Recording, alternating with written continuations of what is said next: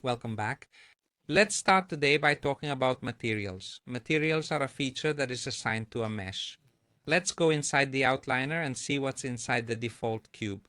We see that the cube is a mesh type object. We see it from this little triangle, and inside it we find another object with a green icon that just stands for the mesh part, because an object can contain multiple elements inside it. And in turn, inside the mesh there is already a default material called material.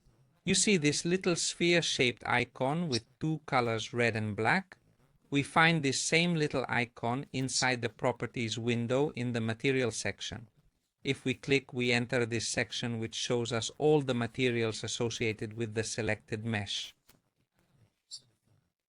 Here at the top, we see the list of all the materials inside the object. In this case, we see that there is only one material, which is the default one. However, we can add others by clicking with the plus button. We can add, for example, a second material. An empty slot is formed, and by clicking New, we can go and create a new one.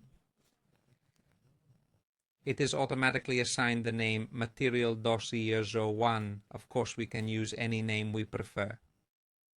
Obviously, by pressing the up key, we are going to delete the material. When we click on the plus button, we have the possibility, in addition to creating a new one, to go and select one of the materials already present within our scene. In this case, we have material, which is the default material, and wood, which we had created just now. Here on the side, we see a 0 indicating that there is no object that has this material at this time. This 0 on the side is also a kind of warning. Blender is telling us, warning, this material is true, it exists right now, but it is not associated with any object. So when we go to save our file, close Blender, and then reopen it at a later time, this material will no longer exist because Blender automatically goes to delete unused materials.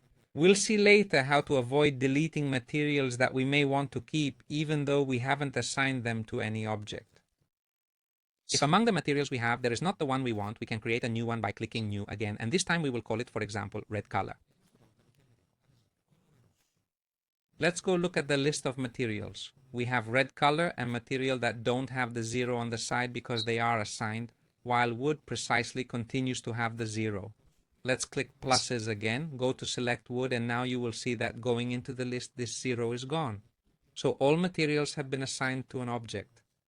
As you can see, the materials can be more than one. They can be so many. We can change the order in which they are displayed using these arrows, and we can go and define their properties within all these parameters that we see below. The first one is preview, which gives us a preview of the material. We can preview this on a flat face, on a sphere, on a cube, on a particle system, on a little bit more complex object that therefore includes both a sphere but also more articulated faces, so we can see how the material behaves in the cavities or what kind of reflection it is going to have in the different points. We have the possibility of simulating the application of the material to a fabric. Finally, we have the possibility of simulating a drop of water, perhaps on materials that have transparency. However, most of the time we will prefer to go and see the material directly within the 3D viewport. We see that the next sections present different categories of material options. The most important one is the surface.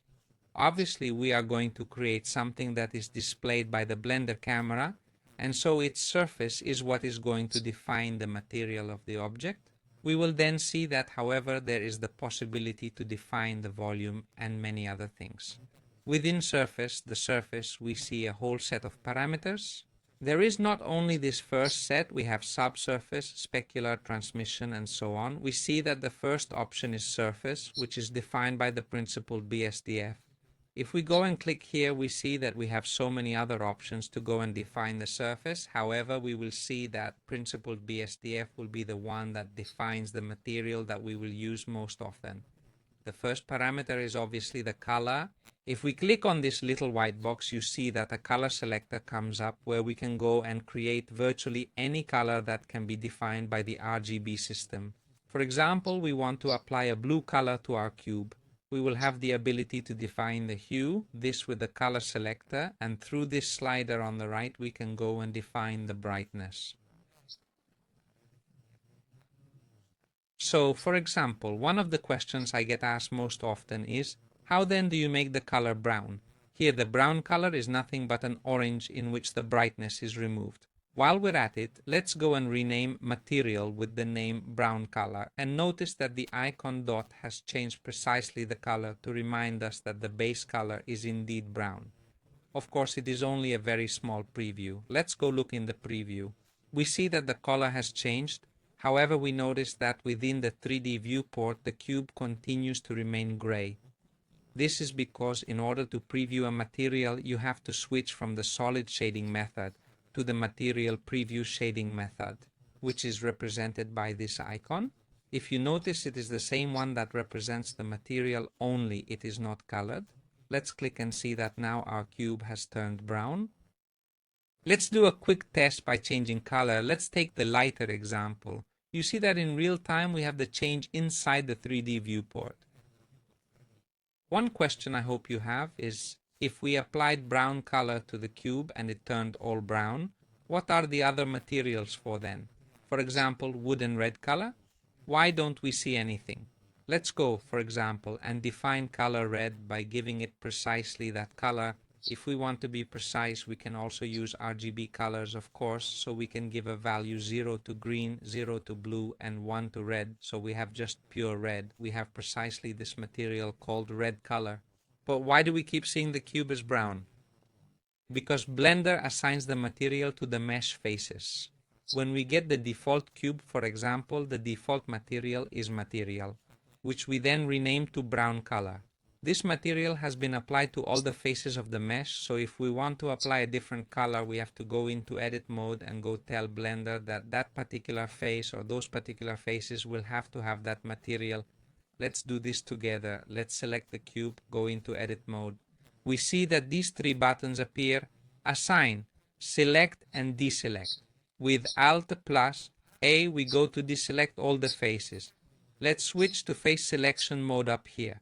I remind you that we can do the same thing by pressing the 3 key on the keyboard, not the numeric keypad. So for example, let's go to select this face, let's go to select red color, then click assign. We come out of edit mode and we see that the cube is completely brown except for this face to which we have assigned red color. Now that we have seen how to create and assign materials, I propose an exercise that may seem trivial but is not at all. Let's start from the default scene with our cube and go and create 6 different materials, each for each face. We delete the default material and then create color red, color yellow, and so on. We see that the list has become more substantial. Now for each color, we are going to actually give a different hue so we can select the colors directly from this record. Or we can go into the RGB space and then go and indicate all the different values. For example, for red, we will use a value of 1 on the red channel.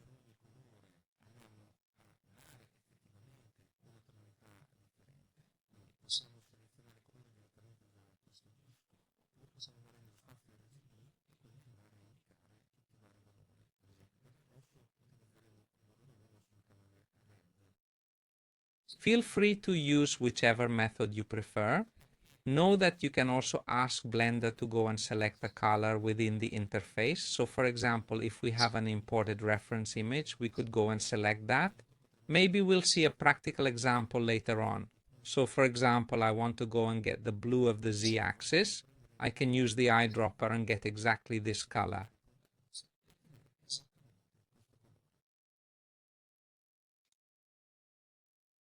Same thing for the color green, same thing again for the color orange. For the color blue, we may want to copy and then lighten it slightly. One possibility we are given, in addition to using the dropper, RGB values, or using the disk, is to use hexadecimal values.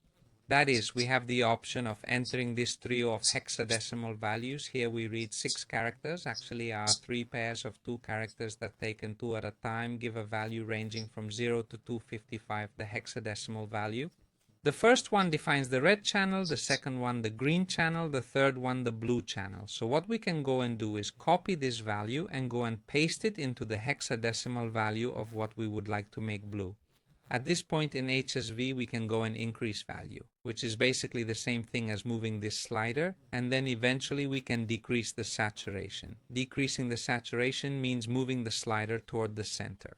When the saturation is 0, we're basically talking about a white color or a gray anyway, whereas when we go to move the first value, we're going to rotate the slider along the disk.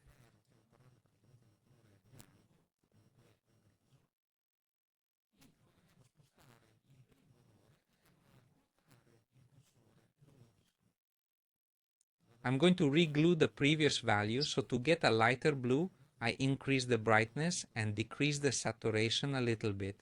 Maybe to give more contrast, I'm going to darken the blue a little bit, and then we go inside the cube and assign each face a different color. Obviously, in this case, we are not seeing any color because we are in solid shading mode. So we go to Material Preview, and then we go and assign the different faces. Red color is already assigned all because it is the first one. So we go to yellow color, we click Assign, and so on for all the other faces.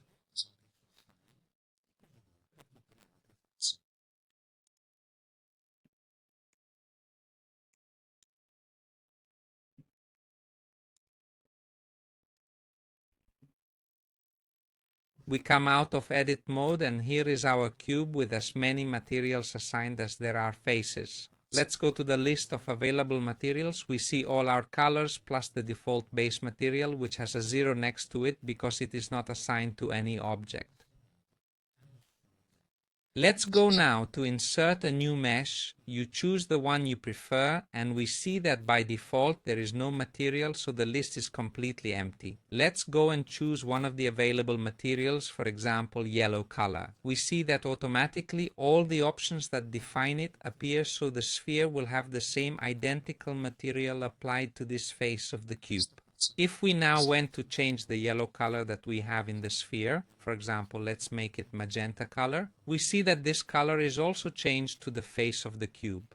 This is because the colors are the same throughout the scene. The same name corresponds to the exact same material. So if you have hundreds of different objects that have the same material, going to change the material in one of those objects automatically will change the appearance of all the objects because you are going to change that material. If, on the other hand, you wanted two different separate colors, you would have to create a second version of the yellow color. Let's see meanwhile here inside the cube, we see that there is always the cube mesh. You see that there are 6 materials applied. If we click inside the outliner, there we see all the materials applied. Same thing here. In the sphere mesh, we see that there is one material and we see that this is yellow color.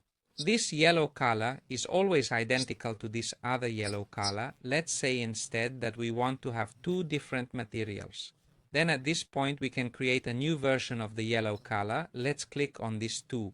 2 means that this yellow color is applied to 2 different meshes. Now what happened? Blender realized that we wanted to create a new version of yellow color, so it added 0.001 because there can't be 2 materials with the exact same name. And here now, yes, if we go and change the characteristics of this material, they don't affect the other one because they are actually just 2 different materials. Color yellow .001 versus color yellow, and that's it. Well, that's it for this introductory lesson on creating materials. In addition to doing this cube exercise, I absolutely encourage you to do as many experiments as you can think of. Be sure not to be afraid. Always experiment. I thank you for following me, and I will see you again soon.